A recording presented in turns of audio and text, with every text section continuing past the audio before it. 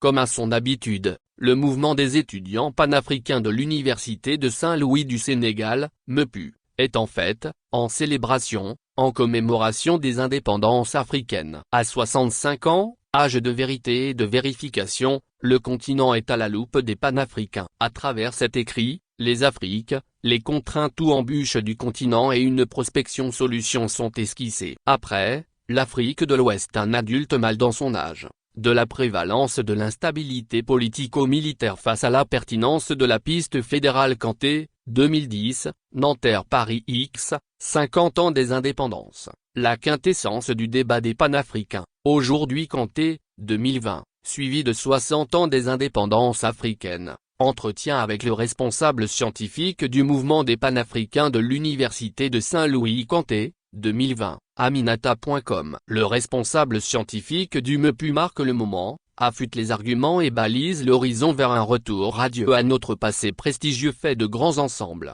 d'un fédéralisme prospère à travers l'adhésion à notre grand destin, les États-Unis d'Afrique. Le mouvement des étudiants panafricains de l'Université de Saint-Louis, MEPU, est une structure de réflexion et d'action panafricaine œuvrant pour une union féconde du continent. Pour ce faire, il travaille à l'érection dans toutes les universités et lycées africains d'associations panafricaines donnant un réseau motivant et pressant les élites africaines vers notre grand destin, les États-Unis d'Afrique. Dr Cheikh T. Gadio, ex-ministre des Affaires étrangères sénégalais. Le panafricanisme dont nous nous réclamons est un mouvement de résistance, de solidarité et de libération qui est né parmi les Africains déportés en captivité dans les Amériques entre le XV et le XX siècle. Il y a 65 ans, 17 pays africains accédaient à leur indépendance. Aujourd'hui, après 65 ans de marche des indépendances, le continent africain est à nouveau ausculté, questionné pour faire le point sur ses succès, ses symptômes et les solutions envisagées à sa situation. Et cette tentative de diagnostic prescriptif est tenue avec les yeux rivés sur l'objectif, le parti pris partout et pour tout prioritaire, les États-Unis d'Afrique. Ainsi, il s'agit, ici, d'une étude de la faisabilité et de la pertinence de l'option fédérale africaine. Et cet élan ancien mais persistant a connu et connaît encore des entraves à sa matérialisation allant de l'intention politique défaillante au conflit déchirant, actuellement, le conflit RDC-Rwanda, le conflit soudanais, passant par les affres du sous-développement, l'absence d'une intégration économique effective. Le continent africain fait face aussi aux défis que sont la jeunesse de sa population et une démographie galopante source d'espoir mais exigeante. Les pays du continent présentent la croissance démographique la plus importante de la planète, les migrations dégradantes de bras valides désabusés, les entorses à la démocratie et à la stabilité politico-sociale, le terrorisme international, Mali, Burkina, Nigeria, Somalie, la scission de l'est entraînant une autre fracture, la précarité socio-économique avec des besoins fondamentaux élémentaires insatisfaits, alimentation, selon la FAO, aujourd'hui, près de 33% de la population d'Afrique subsaharienne soit environ 200 millions de personnes sont sous-alimentées dont 60% dans des pays en conflit. Toujours, l'Organisation des Nations Unies pour l'alimentation et l'agriculture, FAO, indique qu'à l'horizon 2050, la population africaine doublera vraisemblablement, pour atteindre 2,2 milliards d'habitants. L'eau, éducation, l'enclavement, les défis environnementaux avec le changement climatique sont aussi prégnants. Les incidences climatiques sur le développement avaient fait aviser des experts comme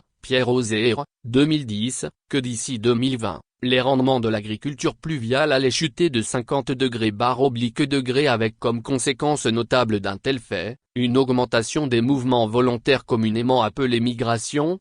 Face à toutes ces interpellations, les organismes d'intégration sous-régionale, UMA, COMESA, CNSAD, CEIC, CEDEAO, et Continental, UA, planifient, agissent mais de façon encore trop symbolique, trop molle.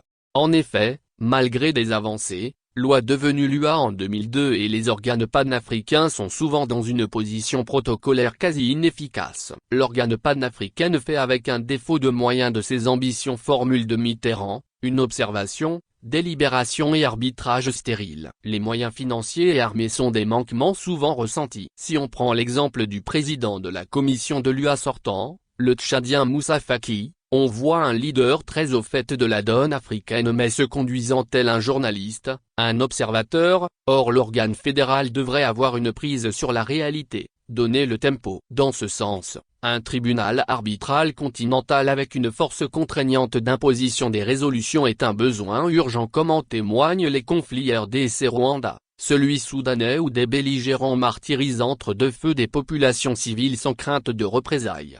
Tout ceci sera possibilisé par des cotisations régulières des États membres et une activation de la force africaine en attente basée au Cameroun. Réactive, cette force à la manière de l'ECOMO de la CEDEAO saura faire savoir raison garder à ceux qui en dehors de tout mérite mais seulement par témérité retardent le continent, exemple des interventions en Sierra Leone, au Libéria et récemment en Gambie. Toutefois, cette force doit être impartiale, une incarnation de l'intérêt impersonnel comme y invitait le président Wade, les Taxand, syndicat de chefs d'État. La scission récente de l'ES aussi pointe du doigt cette iniquité de nos organes d'intégration où quand un chef d'État massacre son peuple ses institutions observent un mutisme et quand il est renversé, on assiste à une levée des boucliers. Exemple de Condé en Guinée qui a fait couler le sang de son peuple pour un troisième mandat impunément.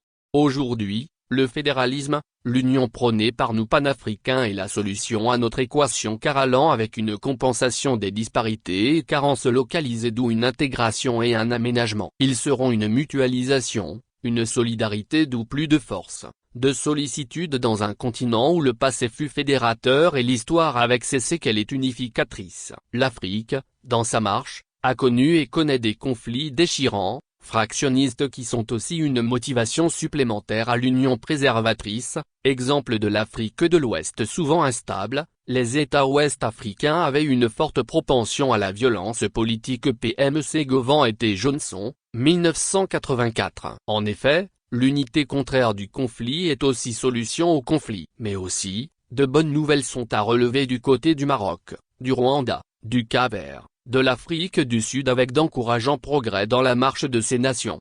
Cette positivité des perspectives si foi en soi, en l'union de l'Afrique est d'autant plus défendable du fait d'un besoin mondial multiforme d'Afrique où les motifs de l'intérêt africain. Kanté, 2011, Fessman. En effet, l'Afrique est un mendiant assis sur de l'or, voilà une formule populaire, et qui sied bien à la réalité africaine. En effet, elle possède 40% du potentiel hydroélectrique mondial, le gros des ressources mondiales de diamants et de chrome, 50% de tout l'or du monde, 90% du cobalt, 50% des phosphates, 40% du platine, 8% des réserves connues de pétrole et des millions d'hectares de terres arables inexploitées. Les atouts et atours africains ne font ni l'objet d'un secret, ni d'un doute, tant ils sont consistants. Cela surtout, si l'on sait que le seul Zaïre dispose d'un potentiel de 600 milliards de kWh, 10 fois la production hydraulique de la France, alors que l'Afrique tout entière ne fournit que 45 milliards de kWh d'électricité hydraulique soit moins que la France. La positivité des perspectives agricoles africaines est plausible,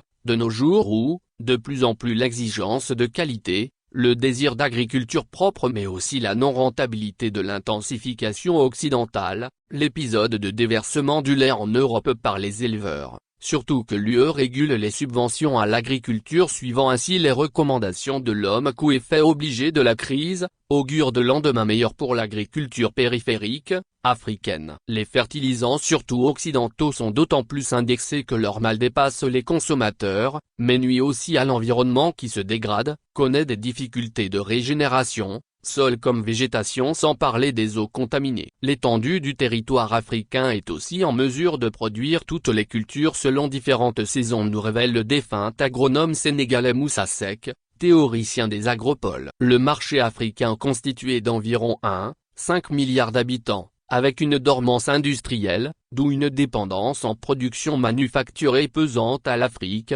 est favorable aux pays industrialisés. Malgré l'ASLECA, Kanté, 2019, Afrique, à l'heure de la zone de libre-échange continentale africaine, ZLECA, un début de matérialisation de l'appel des panafricains, Inampact.sn, le GECO, une initiative salutaire mais à concrétiser. Cette attractivité du marché africain est d'autant plus vraie que la main-d'œuvre bon marché et les potentiels naturels et humains poussent de plus en plus à des délocalisations vers l'Afrique. L'Afrique consommatrice de nouvelles technologies, d'armement, d'expertise de pointe, bref un client insatiable qui gagnerait à s'industrialiser Fubu, Forus, Bius. Le besoin mondial multiforme que constitue l'Afrique est ainsi à considérer avec le besoin d'intégration et d'intelligence économique africain. Cheikh Gadio, ex-ministre des Affaires étrangères sénégalais et Lionel Zinsou, ex-premier ministre béninois, étaient eux aussi ce positivisme panafricain continental,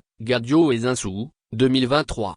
Toujours, dont les mobiles et méthodes d'érection des États-Unis d'Afrique à l'an 65 des indépendances, notamment, du point de vue économique, les deux principales considérations théoriques justifiant la formation de blocs commerciaux sont l'effet d'allocation, le signal entre consommateurs et producteurs déclenche une production efficiente. De cet effet est dérivé, les effets d'échelle et de variété Baldwin 1, 1997. S'agissant de l'effet d'échelle, c'est une rationalisation par un marché plus vaste avec moins de protection d'industries inefficientes. En effet de variété, l'intégration offre des commodités aux consommateurs et aux producteurs. Le deuxième effet majeur du régionalisme, l'effet d'accumulation s'observe dans les circuits de l'investissement et du commerce, Baldwin 1, 1997. Dans les marchés régionaux davantage de fournisseurs sont attirés vers le marché régional, d'où une concurrence profitable. La pertinence de ces théories intégrationnistes n'a pas échappé à la vigilance du PR Cheikh Anta Diop qui s'étonnait du manque de compétitivité et d'intégration africain tant la viande d'Amérique latine était moins chère que la nôtre sur le continent. Ces exigences de connexion et coordination sont d'autant plus fondées que le pragmatisme des systèmes économiques étrangers concurrents,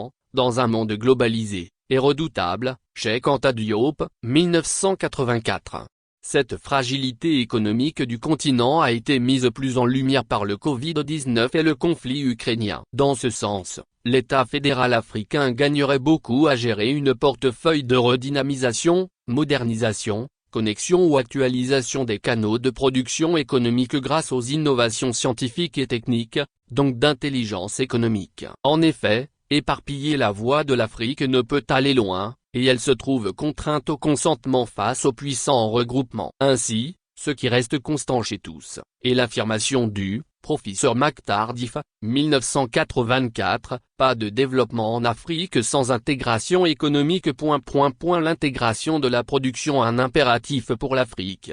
En somme, il est temps pour le continent africain d'avancer avec les avancés et d'attirer les attardés, ceux qui ne sont pas prêts. Ailleurs en Europe par exemple, tout le monde n'a pas été sur la ligne de départ, c'est la bonne fortune des 6, aujourd'hui 27. L'union des records positifs représentant 450 millions d'Européens sur une superficie de 4,2 millions de km2 qui a fait et continue de faire des émules tant les candidats à l'Union sont soumis à des critères d'éligibilité. Ici, les leçons de notre fédéralisme passé mais présent avec le Nigeria et les contradictions actuelles territoriales, politiques, religieuses, sécuritaires de l'ancien empire du Mandé, Mali, a arbitré avec une décentralisation intégrative constitue des cas d'école pour savoir s'unir. Et au moment où la scission de l'est actée, c'est le lieu de dire que les initiatives pour mieux renouer avec nos frères sécessionnistes doivent être poursuivies. Nous visons un plus grand et plus soudé ensemble et non une balkanisation accentuée. Et donc, aujourd'hui, les perspectives africaines et panafricanistes sont positives si foi en soi, en l'unité africaine. Solution à notre équation. Sénégal, 2 avril 2025. PB Moussa Kanté, responsable scientifique du mouvement des étudiants panafricains de l'Université de Saint-Louis du Sénégal, MEPU, chercheur en développement au laboratoire LAR, Université Gaston Berger de Saint-Louis, Actualité Afrique Diplomatie Opinion Société.